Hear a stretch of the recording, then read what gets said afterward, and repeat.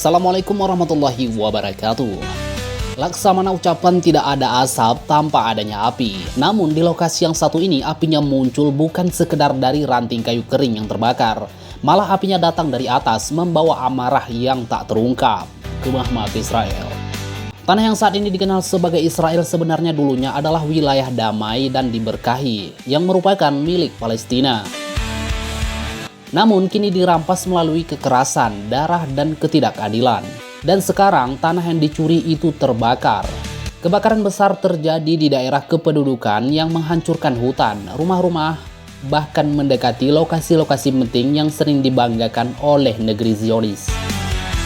Ribuan hektar lahan musnah di lahap si jago merah ini. Sementara itu warga Zionis berlarian ketakutan. Mereka merasa sangat cemas. Mereka tidak siap seolah ini adalah satu peringatan. Apakah ini sekedar fenomena alam atau pesan ilahi di balik nyalanya api? Maka banyak berpendapat bahwa ini adalah karma atas perilaku kejam mereka terhadap rakyat Palestina yang lemah, yang dikepung, dibunuh, dan diusir dari tanah asal mereka sendiri. Ketika bom dijatuhkan di Gaza, ambulan diserang, ketika anak-anak Palestina pun menghembuskan napas terakhirnya di pelukan ibu mereka, langit menyaksikan semuanya. Dan kini langit menjawab, azab itu mulai turun. Bukan saja kebakaran, tetapi kehancuran demi kehancuran yang perlahan menghantam negeri yang dibangun di atas penderitaan orang lain. Inilah hasil dari mengabaikan kemanusiaan.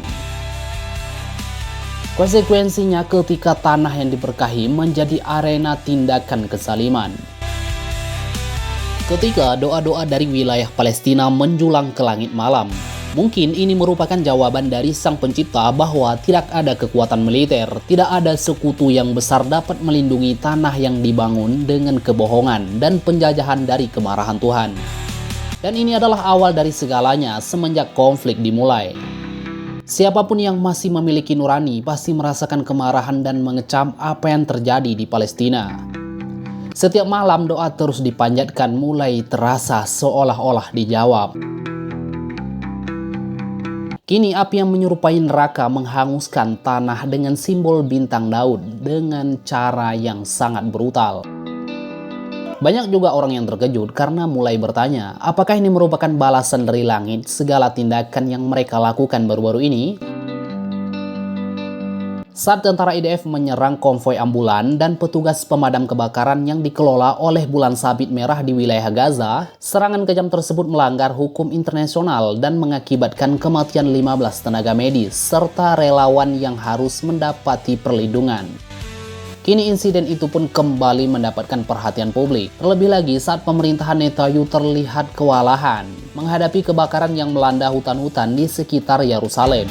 Seolah karma datang dengan cepat, menyerang para penyelamat dan kini berteriak meminta bantuan. אני הנחיתי להביא כמה שיותר טרקטורונים, הקמנו טרקטורונים במסגרת כיתות הכוננות בצפון. יש כרגע 20 כאלה שפועלים באזור. מקווה שאנחנו נגיע גם ל-50 טרקטורונים. Dulu mereka membunuh petugas pemadam kebakaran, sekarang mereka berharap ada seorang untuk memadamkan api. Beberapa hari terakhir Israel mengalami salah satu bencana alam paling parah yang diingat oleh banyak orang.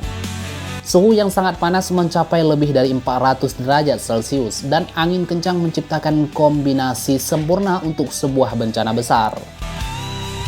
Api pertama kali terlihat di sepanjang jalan tol utama Rute ke-6. Kobaran api menyebar lebih cepat dari apa yang dibayangkan.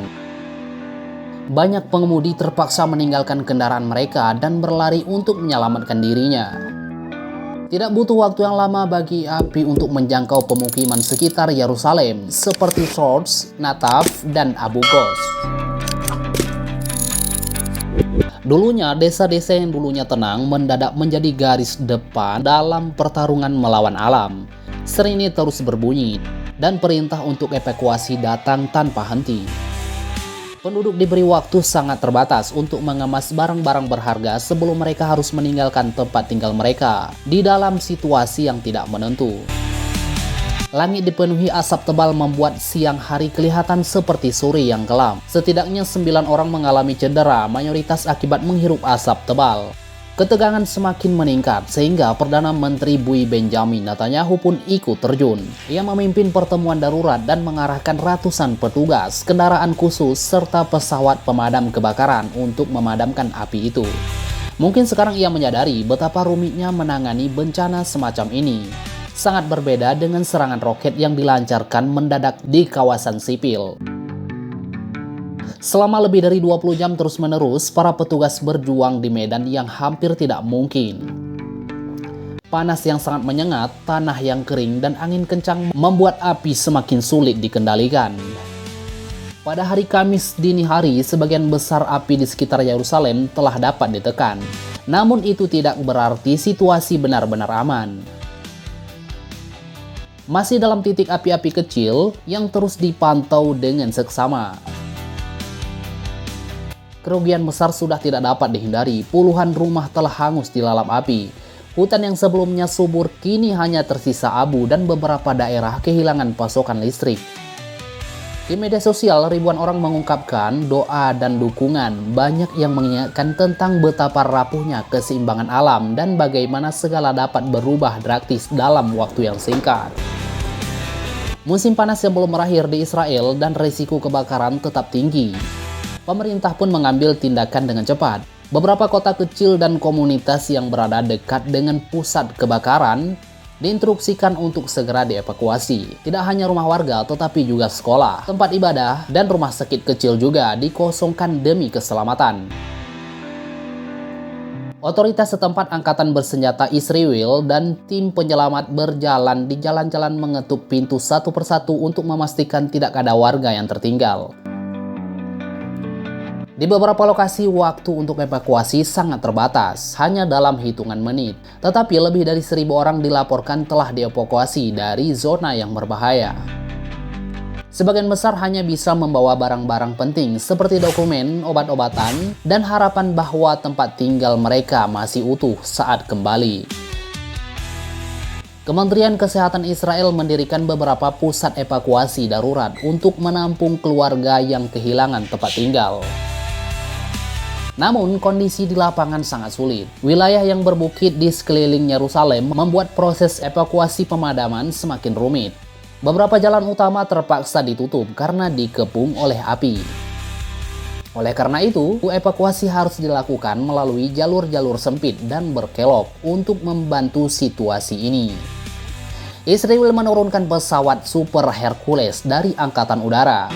Pesawat ini biasanya digunakan untuk operasi militer. Namun kali ini digunakan untuk menyelamatkan warga mereka sendiri. Di tengah kekacauan ini, banyak penduduk membuka rumah mereka untuk menampung para pengungsi. Mereka saling menyediakan tempat tinggal, makanan, dan segala sesuatu yang dapat membantu keringanan beban para korban. Di tahun 2025 ini terasa seperti pukulan berat bagi dunia. Seakan ada pesan yang jelas dari langit bahwa keadilan pasti akan terwujud.